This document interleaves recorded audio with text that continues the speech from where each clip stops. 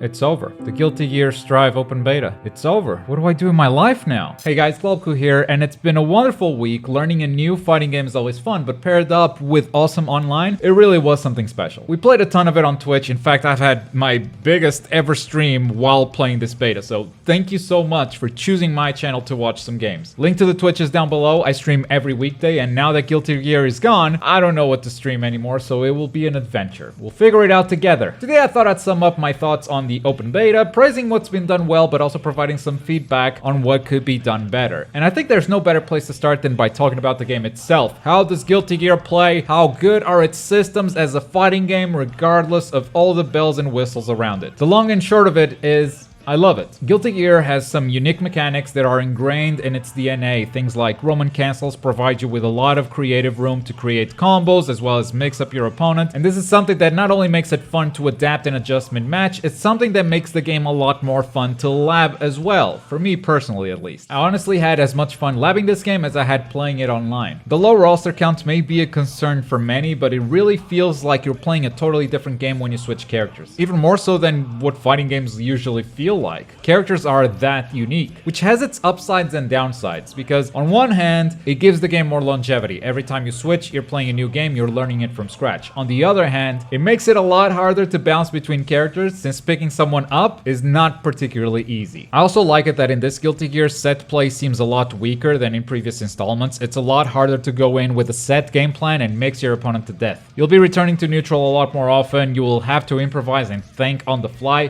which to me is a really positive change. Now, I didn't like everything about this combat system, and perhaps the biggest thing that triggered me the most were wall splats, for a completely different reason than before. Previously in the closed beta, I just didn't see the point of breaking a wall. In fighting games, you want your opponent to be cornered, you want to mix them up until they are dead. Now I really think that it depends on the character you pick and the character you're fighting against. They didn't change the wall mechanic, they just added more characters, and with that came a bigger variety of playstyles that can take good advantage of that meter gain caused by breaking the wall. So it's going to depend on your character and the matchup as well. For instance, if I'm struggling to win the neutral against an Axel and I finally get him to the corner, I may not want to return to neutral, regardless of who I'm playing. I like that extra layer of strategy and adaptation. What I don't like regarding the walls is how inconsistent they feel. Even in practice mode, the same combo will sometimes wall splat and sometimes it won't. This is because there are many factors at play here. The wall itself has health, so if you bounce your opponent into the wall, it will become easier to splat over time. But sometimes, even if the wall is brand new, you can splat them immediately with a single hit at the end of a combo. If you've got a big combo going and you finish with a strong attack close to that wall. Now, if I start the same combo but slightly further ahead, it will actually not cause a wall splat. Now, the difference between these two combos is obvious, but the tiniest difference in distance can cause a wall splat to happen or just a random bounce. So a tiny bit of delay could mean the difference between splatting or not. In the middle of a match, the opponent is also not going to just be standing there waiting for you to hit them. You also have to take their height into consideration. I just think that's like a lot of fighting game minutia that just gets in the way. Combos are one of the few moments where you are in full control of what happens. In neutral, you are adapting to what your opponent is doing. You're playing that back and forth. Even when you're applying pressure, you may think you're in control, but you never know when your opponent's gonna mash or gonna throw a reversal. But when comboing, there is nothing the opponent can do except for bursting. You're in control, and the walls give that control some inconsistency that I'm not a fan of. Something else I went back and forth a ton was the Gatling system or the combo system. Not being able to combo from a punch into a kick or a slash felt very weird. Now, you can cancel punches into command normals or special attacks, but those rarely combo. Over time, I learned to stop fighting against this mechanic and accepted it. Punches aren't gonna give you a big punish. They're not a combo tool in general, they are your fastest poke, which means they can be used to get out of mix-up situations. They're the poke that gives you back your turn, but it's not something that will punish the opponent, that the opponent will be extremely scared of, because even if you Roman cancel from a punch, the damage is going to be super scaled, you're not going to get a ton of it. And the sooner you start looking at punches this way in Guilty Gear Strive, the sooner you'll be able to enjoy the game. Kicks, on the other hand, are an entirely different thing. They're slightly slower than punches, but they're also fast. You still can't combo them into slashes, but kicks can combo into a lot of special moves. And they can also be jump cancelled. And from a kick, if you're mixing up your opponent, you can go into a sweep or a dust attack. This is a universal mechanic. Character-specific stuff just expands that tech. Combos from kicks are scaled, and the confirms tend to be pretty hard, which is why everyone's go-to button is slash. Slash gives you the big damage, and usually there are two slash buttons, one when you're close and one when you're further away. So the confirms are easier. Plus, the close slash has the same benefits you get from kicking. You can go into dust or sweep, or you can jump cancel, but you usually sacrifice range between the close slash and the kick.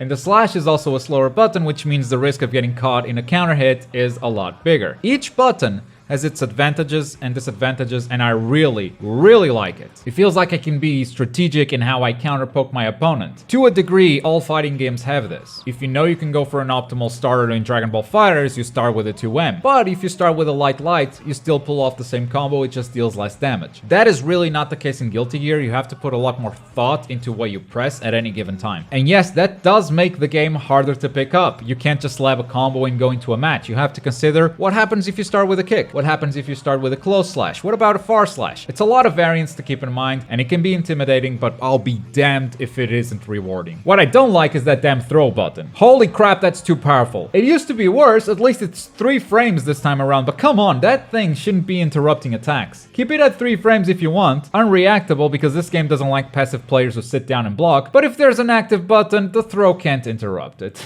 And it becomes the right answer in more situations than it should, and I don't think that makes the game better. In conclusion, as far as systems go, solid fighting game. Really enjoyed learning the ropes, and every time I switched characters, it felt like I was starting over again, but in a good way. There's some common game knowledge that transcends character picks, but discovering the upsides and downsides of everyone in the roster has definitely been one of the highlights of this beta. Speaking of highlights, let's go online. Nope, not the lobbies. We'll get there. The online matches. You can actually jump into online matches without going into the lobby, so if you don't like the lobby system, you can bypass it completely. That's no excuse to how bad the lobby system is, but we'll talk about lobbies when we get there. The online in Guilty Gear Strive is the best online I've experienced in a fighting game, period. Comparing it to other rollback games I've played recently, it works a lot better than Fantasy Strike, it works a lot better than Mortal Kombat 11. None of those games handle distances quite as well as Guilty Gear Strive does. A lot of fighting game content creators are based on the United States, where perhaps they don't run into this issue as much as we do in Europe, simply because of geographical position. You simply cannot play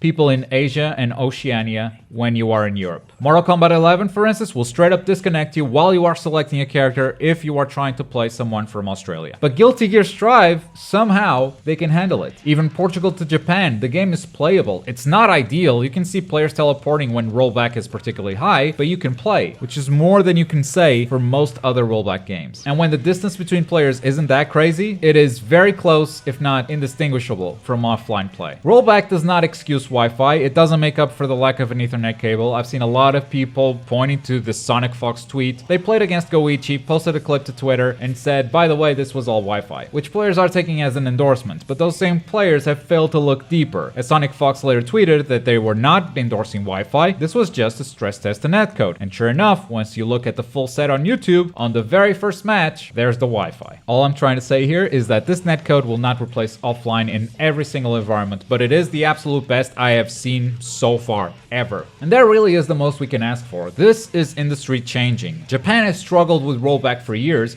but now that Guilty Gear has successfully done it, that is what's expected out of everyone. Releasing a game with bad netcode was already frowned upon. Now, it will be frowned upon by even more people because they've all gotten to experience how good and how much of a difference rollback netcode makes in an online experience. The online matches were awesome on their own, but something else that I also really enjoyed was at the end of a match, bam! Back in training mode, no loading screens. And this is because when you queue for a match, you can wait in training mode. And when you do that, you can set it up so it takes the previous match environment, which means the game doesn't have to load a new stage or new characters, so you don't get a loading screen. And that's just genius. I wonder why this isn't a thing in all other fighting games yet. It's so simple, but it's such a good quality of life feature. And that seems like a natural segue into the next topic. Training. Now, training mode is exactly how you would expect it to be from an Arc Sys game. I mentioned it in my first impressions video, but something that I definitely overlooked was frame data. I very much miss frame data here. It is not present in-game. It's been so long since we had it in fighters that I kind of just take it for granted now, but knowing how plus or minus you are after a move is so helpful. And something like Dust Loop isn't really going to replace that, because it's not just knowing what moves are plus and minus, it's knowing how plus and minus they are in different situations. situations. You may be plus in one situation and you can just mash slash after landing that move and the opponent will get punished no matter what, but in other situations, if they jab you with a punch, which is a lot faster, you will actually get interrupted. And that all depends on where the opponent is relative to your character. Are they higher than you? Are they lower? How far away are both characters? So having that in training mode would definitely be very welcome. That said, other than that, training mode is super complete. You can set up the CPU to perform multiple actions after getting hit, blocking, or recovering, including actions that you record yourself, so you can practice a lot of different situations. And better yet, you can record a set of actions, save it, and load it up the next day. So you can have multiple sets of recording actions for different practice routines if you feel like it. Really, the only flaw I can see right now with training is that lack of frame data. Add that and it's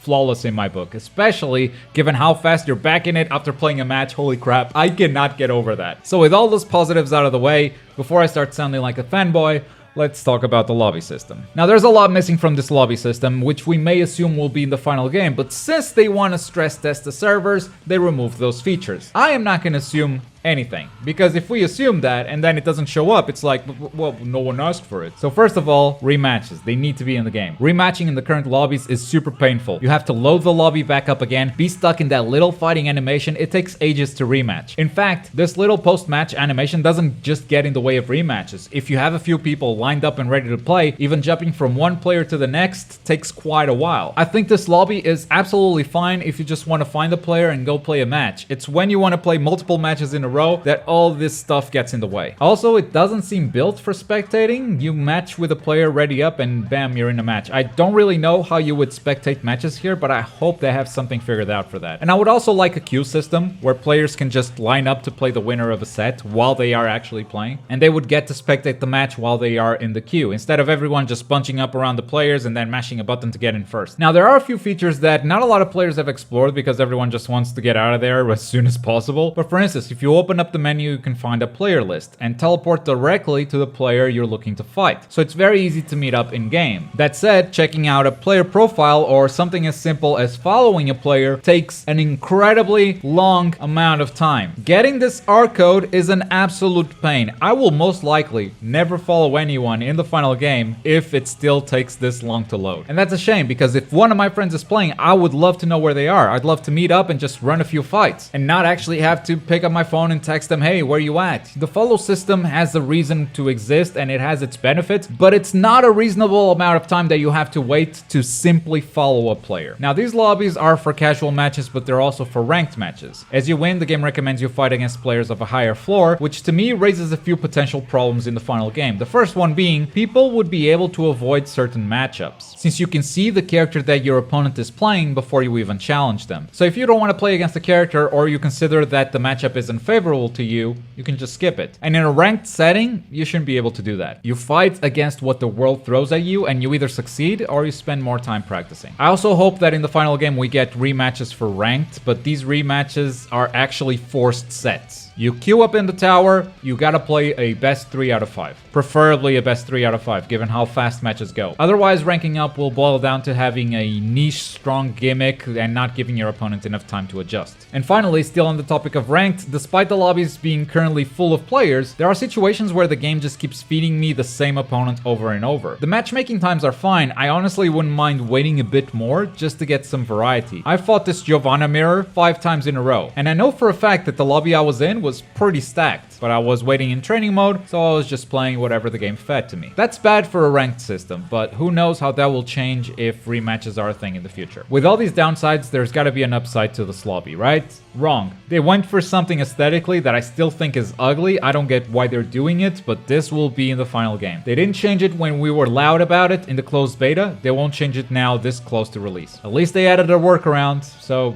you don't have to look at it. Final thoughts? Overwhelmingly positive. The game is good, the online is good, there are a few kinks I would change, but overall, I am a big fan of Guilty Gear Strive. But of course, that's just my opinion. I would love to hear yours as well. You can leave your opinion in the comments down below, or you can join me on Twitch and talk about it. I stream every weekday, and usually we start with a very healthy dose of just chatting before we're playing whatever we're playing that day. And as always, thank you very much for watching. My name is Globku, and I'll see you next time.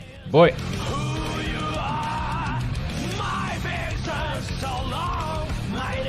Of a life that is me.